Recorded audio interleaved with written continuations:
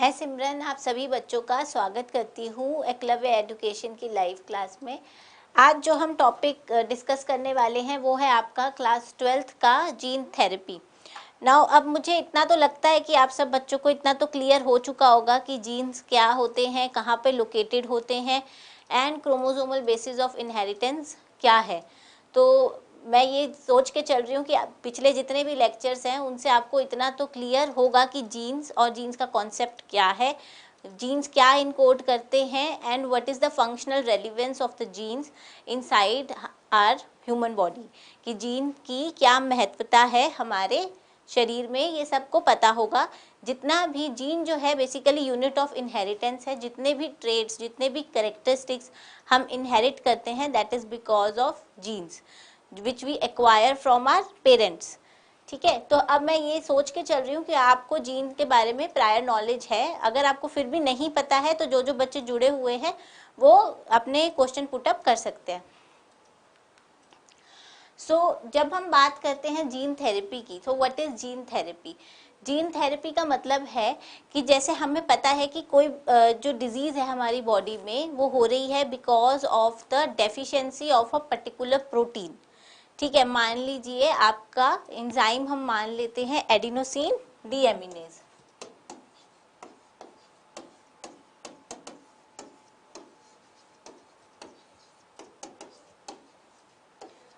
तो मान लीजिए हमारी बॉडी में एडिनोसिन डीएमिनेज एंजाइम है। अब हमें पता है इसकी डेफिशिएंसी से हमें डिजीज हो रही है। डिजीज इज सिड, जिसके बारे में हम एक बार डिस्कस कर भी चुके हैं। सिड क्या है? That is severely compromised immunodeficiency disease।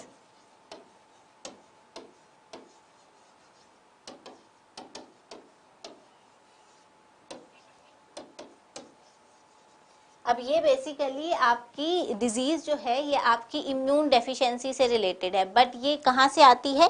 जब आपके एडिनोसिन डीएमिनेज एंजाइम जो है वो ढंग से काम नहीं कर रहा है या वो फंक्शनल नहीं है। अब हमें पता है कि ये जो प्रोटीन है या एंजाइम है ये किसी जीन का प्रोडक्ट होगा। It is coming from certain gene जो इनकोड कर रहा होगा एडिनोसिन डीएमिनेज को। इसका मतलब जो प्रॉब्लम है वो जीन में है। जीन में प्रॉब्लम होने की वजह से आपका प्रोटीन नहीं बन पा रहा है, जिसकी वजह से आपको डिजीज हो रही है। Now it can be any disease. ये मैंने आपको सिर्फ एक नोन एग्जांपल बताया जिसके बारे में हम पहले भी डिस्कस कर चुके हैं। तो अब जीन थेरेपी में हम करते क्या है कि जो भी आपका हमें पता है नॉन फंक्शनल जीन है या वो जीन जो काम नहीं कर रहा है उसको हम फंक्शनल जीन से रिप्लेस कर देते हैं। सो बेसिकली जीन थेरेपी क्या है? आपका नॉन फंक्शनल जीन जो है उसको आप क्या कर देंगे? रिप्लेस कर देंगे विद द फंक्शनल जीन। तो इस प्रोसेस को हम कहते हैं जीन थेरेपी, जहां पे हमें पता है कि एक आपका कोई डिजीज है जो पर्टिकुलर जीन की नॉन फंक्शनैलिटी की वजह से हो रहा है, हम उस जीन को रिप्लेस कर देते हैं विथ फंक्शनल जीन जो हम आउटसाइड से प्रोवाइड करते हैं। तो इस तरीके के जो प्रोसेस है उसे हम जीन थेरेपी करते हैं। सो जीन थेरेपी क्या है? It is a technique which involves the replacement of defective gene, जहाँ पे आपके हम डिफेक्टिव जीन को रिप्लेस कर देते हैं आपके हेल्दी वन से, ताकि आपका जो भी जेनेटिक डिसऑर्डर है उसको हम ट्रीट कर सके। ठीक है, नाउ अब ये आर्टिफिशियल मेथड है। इसके अंदर आप क्या करते हैं? आप आर्टिफिशियली सही डीएनए को करके जो जीन यहाँ पे नॉन फंक्शनल है उसी का ही फंक्शनल काउंटर पार्ट जो है उसको आप आर्टिफिशियली सेल्स में इंट्रोड्यूस करेंगे। तो ये क्या है? आपका आर्टिफिशियल मेथड है जिसके अंदर आप आउटसाइड से डीएनए इंट्रोड्यूस करते हैं into the human body. Now first gene जो सक्सेसफुली आपका जीन थेरेपी में किया गया था वो आपका 1989 में किया गया था। ये प्रैक्टिस जो है ये स्टार्ट हुई थी 1989 में। तो ये जो है ये ओवरव्यू है ऑफ योर जीन थेरेपी कि जीन थेरेपी है क्या। नाउ किस तरीके से इसे अकम्प्लिश किया जाता है? देखिए, ये आपका सेल है जिसके अंदर आपका डीएनए है। अब डीएनए में कुछ एक ऐसा जीन हो सकता है जो फंक्शनल नहीं है। आपको ये जो क्रॉस दिख रहा है इसका मतलब है कि नॉन फंक्शनल जीन।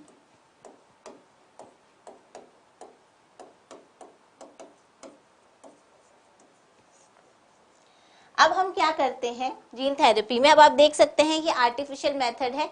सो आर्टिफिशियली आप इसको करेक्ट करते हैं, आप राइट जीन जो है आप इस वाले डीएनए में इनकॉर्पोरेट करेंगे। सो आप आर्टिफिशियली, ये आपका है डीएनए जिसके अंदर फंक्शनल जीन है।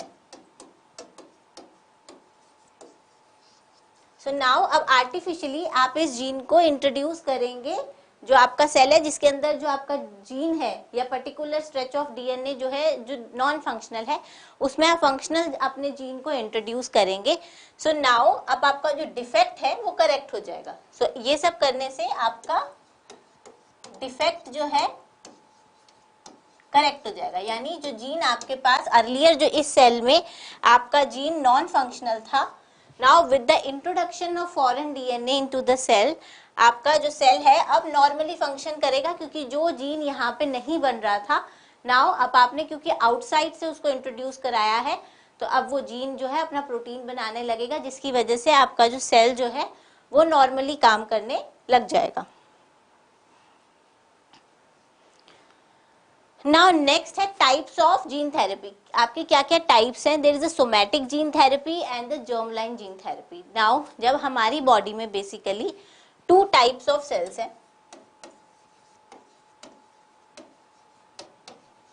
एक है आपके सोमैटिक और दूसरे हैं आपके जर्म सेल्स। अंतर क्या है इन दोनों सेल्स में कि आपके जो जर्म सेल्स हैं दैट आर द वन जो आपके रिप्रोडक्शन में इन्वॉल्व है एंड दे मेक गैमेट्स। तो जर्म सेल्स जो है वो आपके गैमेट्स बनाते हैं, और यहाँ पे जो डिवीजन होती है वो मियोटिक डिवीजन होती है। And these are the cells which are associated with the inheritance. On the other hand somatic cells जो है, रेस्ट अदर सेल्स जो जर्म सेल को छोड़ के बाकी जितने भी तरीके के सेल्स हैं आपकी बॉडी में वो सोमैटिक है, चाहे वो आपके हार्ट के सेल्स हैं, किडनी के हैं, लिवर के हैं, ब्रेन के हैं, एंड नंबर ऑफ सेल्स जो हमारी बॉडी में है, they all come under your somatic category. और यहाँ पे जो आपकी डिवीजन होती है वो माइटोटिक होती है, ठीक है, जो कि आपकी बेसिकली इक्विवेलेंट डिवीजन है। इक्विवेलेंट डिवीजन क्या है? क्योंकि जो एक सेल है जो डिवाइड होके 2 सेल बनाएगा और दोनों सेल में आपका 2n नंबर ऑफ क्रोमोसोम होंगे। अगर आपका ये सेल है इसके अंदर 2n नंबर ऑफ क्रोमोसोम है, तो जब ये डिवाइड करेगा और 2 नए सेल बनाएगा तो इन दोनों में ही आपके 2n नंबर ऑफ क्रोमोसोम्स होंगे। तो इसीलिए ये सब आपका प्रोसेस होता है माइटोसिस में, जो कि आपके सोमैटिक सेल्स में होता है। जर्म लाइन सेल्स में आपकी रिडक्शनल डिवीजन होती है,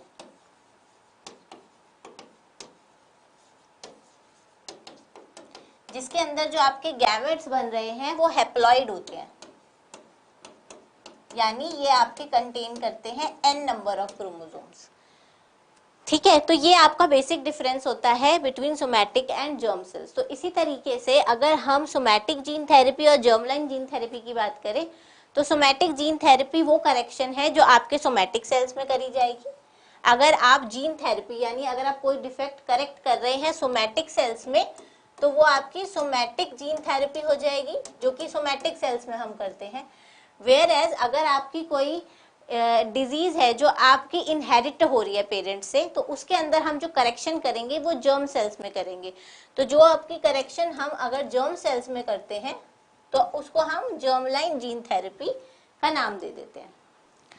सो विद दिस अब हम आपका डिस्कस करते हैं कि सोमैटिक जीन थेरेपी क्या होती है। देखिए, सोमैटिक जीन थेरेपी जो है ये बेसिकली आपके सोमैटिक सेल्स में होगी ह्यूमन बॉडी की। एज आई डिस्कस्ड कि आपके सेल्स आपके बॉडी में जर्म सेल्स को छोड़ के बाकी जितने भी तरीके के सेल्स हैं उन सबको हम सोमैटिक सेल्स बोलते हैं। Now this is related to single person and the only person who has the damaged cells will be replaced with healthy cells. इस तरीके की डिजीज में सिर्फ जो इंडिविजुअल जिसमें कोई एक पर्टिकुलर इलनेस है, आप उसी के सेल्स लेंगे, उसी के सेल्स में करेक्शन करेंगे और उसको फिर दोबारा उसकी बॉडी में इंट्रोड्यूस कर देंगे। यानी मान लीजिए कोई पर्सन है, पर्सन 1, इसके अंदर कोई भी डिफेक्ट है, तो आप इस पर्सन 1 से सेल्स लेंगे, इन सेल्स को आप इन विट्रो कंडीशन में ग्रो करेंगे, इनका डिफेक्ट आप करेक्ट करेंगे बाय जीन थेरेपी और इसको दोबारा आप री इंट्रोड्यूस कर देंगे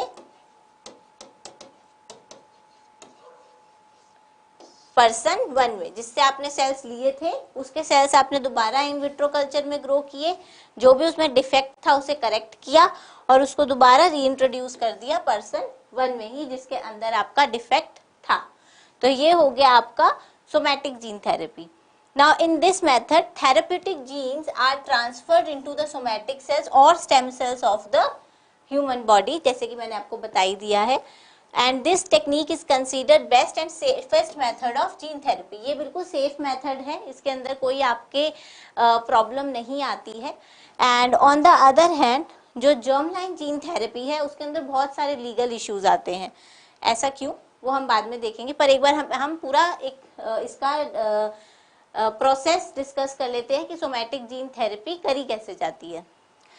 देखिए आपका क्या है, फर्स्ट में आपने जो भी जीन को करेक्ट करना है, आपने उस जीन को लिया और उसको लाइपोसोम्स में कोट किया। लाइपोसोम्स बेसिकली आपके लिपिड मॉलिक्यूल्स होते हैं जिसमें हम डीएनए को आपका जिसमें डीएनए इंबेडेड होता है, और ये लाइपोसोम्स क्या कर सकते हैं, ये आपकी मेम्ब्रेन के साथ फ्यूज कर सकते हैं सेल की, जिसकी वजह से जो भी इन लाइपोसोम के अंदर डीएनए है वो सेल के अंदर चला जाता है। तो सबसे पहले आपका डीएनए जो है वो लाइपोसोम लाइक स्ट्रक्चर्स में प्रेजेंट है। नाउ अब आपको ये जो जीन्स है आप दो तरीके से पहुंचा सकते हैं, पहले आप लाइपोसोम में भी उन्हें इनकोड कर सकते हैं, दूसरा तरीका है कि आप इन्हें वेक्टर्स ले सकते हैं। वेक्टर्स जैसे कि आपके फाजमिड्स होते हैं, जो कि आपके फाज जो होता है, जो कि वायरस होता है जो बैक्टीरिया को इन्फेक्ट करता है, आप उसको एज अ वेक्टर लेके उसमें आप अपना डीएनए जो है एम्बेड कर सकते हैं। तो ये दो तरीके हैं, फर्स्ट आप लाइपोसोम मीडिएटेड जीन थेरेपी भी कर सकते हैं और आप वायरल मीडिएटेड जीन थेरेपी भी कर सकते हैं। वायरल के अंदर आप बेसिकली जो फाजमिड्स होते हैं उसके अंदर डीएनए आपका एम्बेडेड होता है, और लाइपोसोम मीडिएटेड में आपके लिपिड मॉलिक्यूल टाइप स्ट्रक्चर होता है जिसमें आपका डीएनए को एम्बेड किया जाता है। ना अब आप क्या करते हैं, जो करेक्टेड जीन है उसको आप इंडिविजुअल के सेल्स लेते हैं, कोई से भी सेल्स ले सकते हैं जिनमें डिफेक्ट है, आप उन सेल्स को लेंगे, इन विट्रो कल्चर में ग्रो करेंगे और उनमें जो भी डिफेक्टेड जीन है जहाँ पे उसको आप रीइंट्रोड्यूस करके उसको दोबारा से पर्सन की बॉडी में डाल देंगे। तो इस तरीके से आपका जो भी डिफेक्ट होगा वो करेक्ट हो जाएगा। कि आपने क्या लिया, आपने जो आपके सेल्स हैं बेसिकली जिनमें डिफेक्ट है, आपने वही सेल्स आपने लिए, उन्हें कल्चर में ग्रो किया और उन कल्चर में आइदर लाइपोसोम मीडिएटेड और डीएनए आपका फाजमिड मीडिएटेड ट्रांसफेक्शन की आपने, ताकि डीएनए उन सेल्स में चला जाए। फिर उन सेल्स को आपने ग्रो होने दिया, ग्रो करके आपने उन सेल्स को दोबारा उस इंडिविजुअल में डाल दिया जिसके अंदर, ताकि आपका जो उसमें जीन है वो करेक्ट हो सके। तो इस तरीके से आपकी सोमैटिक जीन थेरेपी करी जाती है। नाउ नेक्स्ट हम आते हैं जर्म लाइन जीन थेरेपी पे।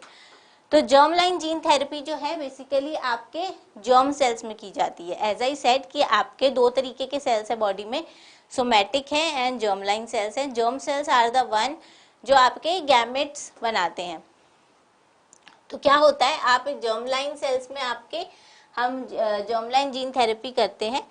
So this method is adopted to treat genetic disease causing variations of genes which are passed from parents to the children. Basically जो आपकी germ line gene therapy है वो आपकी करी जाती है जो ऐसी डिजीजेस जो पेरेंट से इनहेरिट होती हैं। यानी अगर किसी भी एक पेरेंट में डिजीज है और जो और उनसे उनके चाइल्ड में आने का खतरा होता है, तो ऐसी डिजीजेस को जो ट्रीट किया जाता है वो आपके जर्म लाइन जीन थेरेपी से किया जाता है। इसके अंदर आप क्या करते हैं, आप हेल्दी डीएनए को इंट्रोड्यूस करते हैं बेसिकली। अब आपके जर्म सेल्स क्या होते हैं, गैमेट्स, तो आप आइदर स्पर्म में या एग में इंट्रोड्यूस करते हैं या फिर आप एम्ब्रियो में करते हैं। जब आपका जो स्पर्म है ओवा को फर्टिलाइज कर देता है, एग को फर्टिलाइज कर देता है, तो जाइगोट बनता है, जाइगोट के बाद आपका एम्ब्रियो बनता है। तो क्या किया जाता है, एम्ब्रियो के अंदर आपका जो ये डीएनए है, हेल्दी डीएनए, वो रीइंट्रोड्यूस किया जाता है। बट ये जो मेथड है ये लीगल नहीं है, क्योंकि आप क्या करेंगे, आपका जो एम्ब्रियो बनेगा you have to take that out और उसके अंदर फिर आपको इंट्रोड्यूस करके दोबारा उसको आपका मदर बॉडी में डालना होगा। तो ये जो प्रैक्टिस है वो बिल्कुल भी लीगल प्रैक्टिस नहीं है। But this technique is very good अगर आपको जो इनहेरिटेड डिजीजेज हैं जो आपके पेरेंट्स से ऑफस्प्रिंग में जाती हैं उनको ट्रीट करना है। बट बहुत सारे लीगल इश्यूज होते हैं इस तरीके की टेक्निक को करने में, इसीलिए ये टेक्निक जो है अभी भी बहुत ज्यादा करी नहीं जाती है। नाउ अब जर्म लाइन जो आपकी जीन थेरेपी है वो करी कैसे जाती है। बेसिकली क्या है, आपने वाइल्ड टाइप जीन लिया किसी वेक्टर में, इस केस में हमने प्लाज्मिड में लिया है। अब क्या करते हैं, आपका एम्ब्रियो जो है आपने वो लिया जिसके अंदर आपके बहुत तरीके के सेल्स होते हैं। नाउ अब आपने एम्ब्रियो में भी बेसिकली एम्ब्रियोनिक स्टेम सेल्स होते हैं, एम्ब्रियो में भी आपके एम्ब्रियोनिक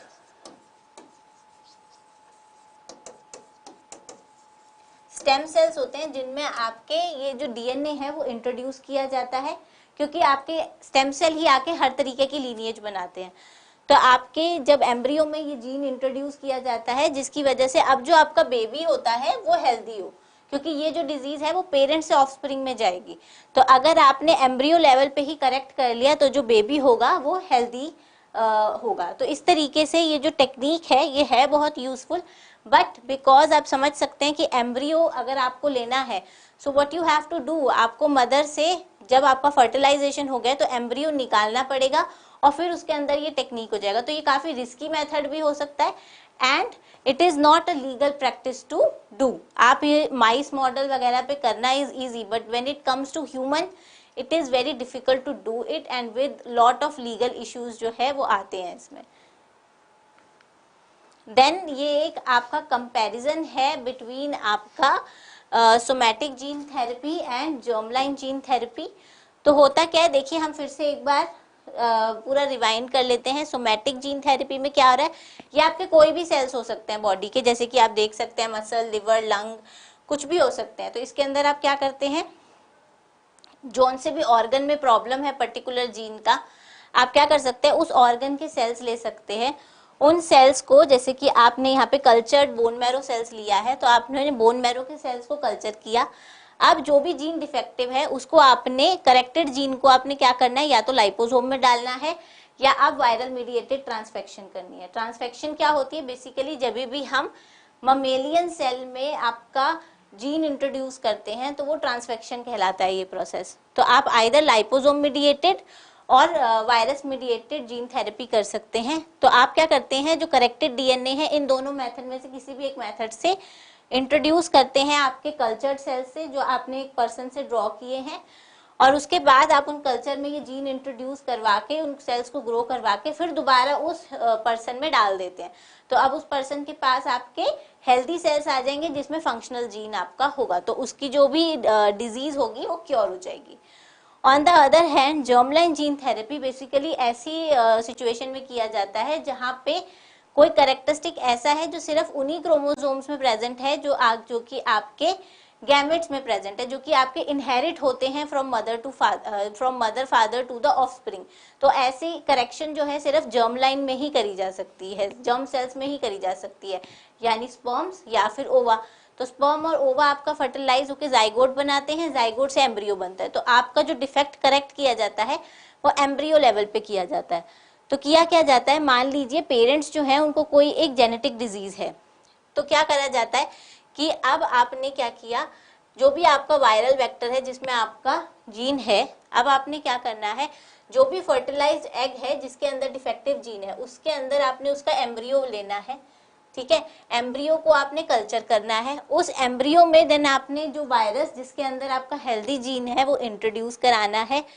उसके बाद आपका जो जेनेटिकली करेक्टेड कल्चर है उससे आप कंप्लीट एग बना के दोबारा आप अपने जो आपका जो बेसिकली मदर की बॉडी में दोबारा इम्प्लांट करते हैं। As a result what you get is a healthy baby. तो जो अर्लियर आपकी जो डिजीज पास हो सकती थी ऑफस्प्रिंग में वो प्रिवेंट हो जाती है, क्योंकि आपने उस जीन को वहीं पे करेक्ट कर लिया। मान लीजिए आपका ये बेसिकली ये जो मेथड है ये आपका सिड जैसी बीमारियां जैसे सीवियर कॉम्बाइंड इम्यूनोडेफिशिएंसी सिंड्रोम जैसी बीमारियों को ट्रीट करने के काम आता है।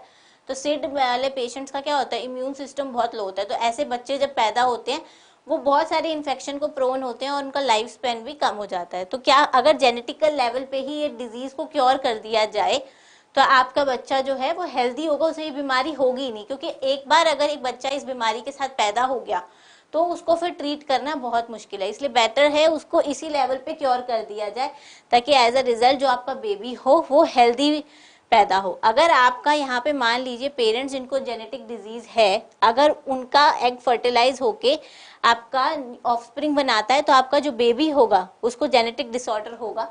इन दिस केस हम एग्जांपल दे रहे हैं सिड डिजीज का। लेकिन यहीं पे अगर आपने उसके एग को एम्ब्रियो में जो आपका बनता है उस एम्ब्रियो को आपने कल्चर करके उसमें आपने जो भी पर्टिकुलर जीन है जो कि डिफेक्टिव है उसे रिप्लेस कर दिया, जैसे कि सिड में आपका एडिनोसिन डी एमिनेज जो होता है वो डिफेक्टिव होता है, तो अगर आपने जो करेक्टेड डीएनए है एडिनोज डी एमिनेज का वो अगर डाल दिया तो अब जो अब ये एम्ब्रियो आप इम्प्लांट करेंगे तो आपका जो बेबी होगा वो हेल्दी प्रेजेंट होगा। सो इस तरीके से आपका the main difference between the two method is कि आपका जो सोमैटिक जीन थेरेपी है वो सोमैटिक सेल्स में करी जाती है, जर्म लाइन जीन थेरेपी जो है वो जर्म सेल्स में करी जाती है।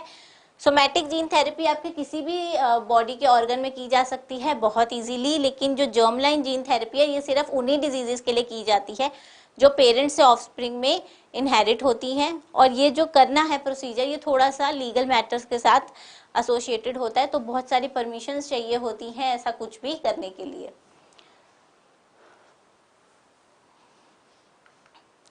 सो एप्लीकेशंस क्या है जीन थेरेपी की, कहाँ कहाँ यूज होती है, what is the main benefit. Basically आप रिप्लेस कर रहे हैं डिफेक्टिव जीन को हेल्दी जीन से ताकि आपका जो इल पेशेंट है आप उसे हेल्दी कर सके। दूसरा है this method generally destroy the problem causing genes. तो अब जो जिस भी जीन के डिफेक्टिव होने की वजह से जो भी प्रॉब्लम हो रही है वो आप खत्म करते हैं, क्योंकि अब आप हेल्दी जीन डाल देंगे तो अगर जिस जीन से आपकी प्रॉब्लम थी, जो जीन डिफेक्टेड था जिसकी वजह से डिजीज हो रही थी, अब आपने उस जीन को रिप्लेस करके हेल्दी जीन डाल दिया है तो अब वो प्रॉब्लम तो आपकी रहेगी ही नहीं। and it helps the body to fight against diseases by adding genes to the human body. of course ये आपकी diseases treat करने के ही लिए यूज होती है।